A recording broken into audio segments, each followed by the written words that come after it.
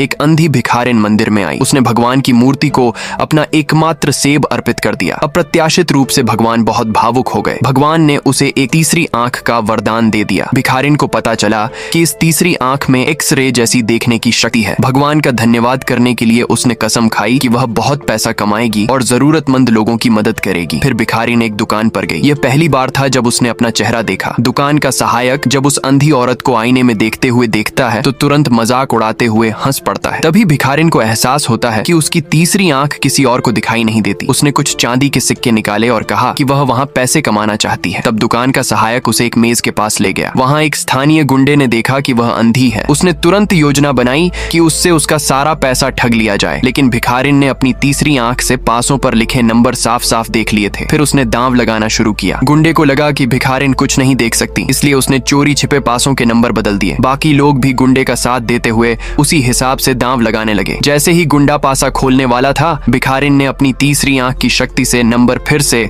उनके असली रूप में बदल दिए। जब गुंडे ने नंबर देखे तो वह तुरंत हैरान रह गया। किसी को समझ नहीं आया कि क्या हुआ, और उस दौर में भिखारिन ने बहुत सारा पैसा जीत लिया। लेकिन गुंडा हार मानने को तैयार नहीं था। उसने भिखारिन के साथ एक और खेल खेलने की योजना बनाई। भिखारिन मान गई। फिर उसने अपनी सारी चांदी उस खेल पर दांव लगा दी। भिखारिन ने फिर अपनी तीसरी आंख से पासों के नंबर देख लिए। आसपास के लोग भी चोरी छिपे नंबर झांकने लगे। हालांकि भिखारिन जानती थी कि सब लोग उसकी अंधता का फायदा उठा रहे हैं। फिर भी उसने उन्हें दयालुता से चेतावनी दी कि इस बार दांव मत लगाना। लेकिन किसी ने उसकी बात नहीं सुनी, बल्कि सबने गुंडे का साथ देते हुए अपना सारा पैसा दांव पर लगा दिया। इसी समय गुंडे ने अंदाजा लगाया कि पासे पर नंबर 1 आएगा, लेकिन भिखारिन ने कहा कि इस बार कोई नंबर ही नहीं आएगा। ये सुनकर सब लोग जोर जोर से हंसने लगे। जैसे ही गुंडे ने पासों का प्याला खोला, पासे तेजी से घूम रहे थे और उन पर लिखे सारे नंबर पूरी तरह घिस चुके थे। इस तरह भिखारिन एक बार फिर जीत गई, लेकिन सबको लगा कि उसने जरूर धोखा दिया है। उन्होंने दुकान के मालिक को बुला लिया और भिखारिन को दुकान से बाहर निकालना चाहा। जब मालिक ने भिखारिन की आंखों पर बंधा कपड़ा हटाया